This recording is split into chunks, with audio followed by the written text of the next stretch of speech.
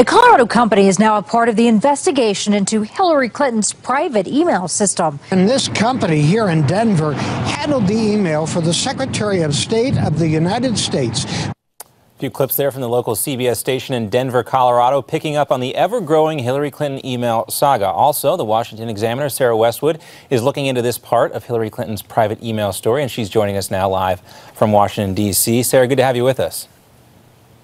Thanks for having me. All right, so you're taking a look at this aspect of the story, and you also talk about a guy named Brian Pagliano. What is his role in all this? You talk about how back in 2012, Pagliano publicly advocated for allowing State Department officials to use personal devices for government work. That doesn't look good. You also think he could be, or do you rather think he could be subpoenaed as part of the investigation?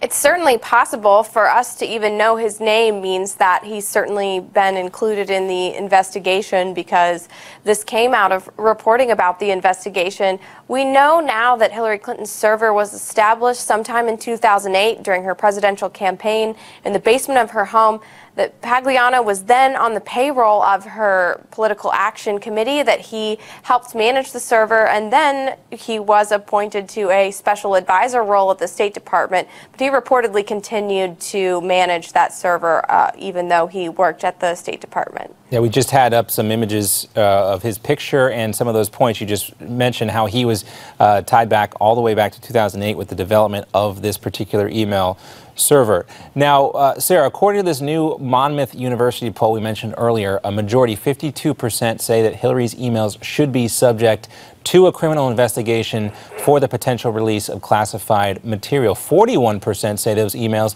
should not be subject to this type of investigation. What does this polling information say to you about the way the American people feel about this right now?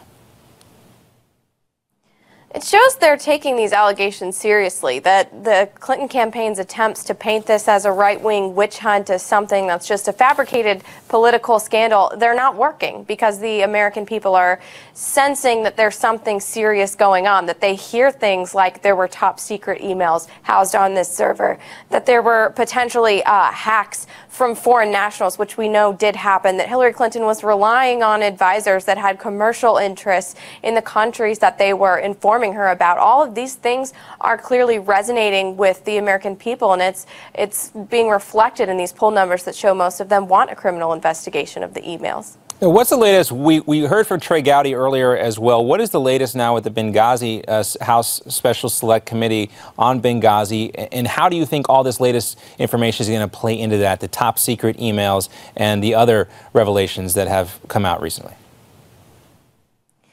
Well, the Select Committee will certainly try to get more of those documents from the State Department now that all of the emails are not only in possession of the State Department, but also in the possession of the Department of Justice.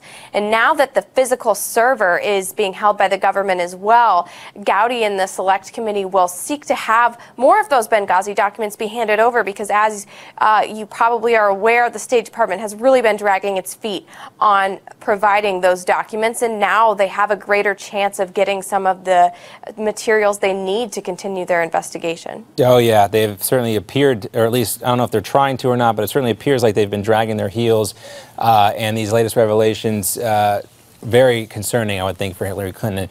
Also, I think, Sarah, there'd be a lot more talked about this if Congress were actually in session right now, instead of everyone being home, both in the Senate and in the House, for an August work period. Sarah Westwood, thanks so much for being with us, investigative reporter for the Washington Examiner.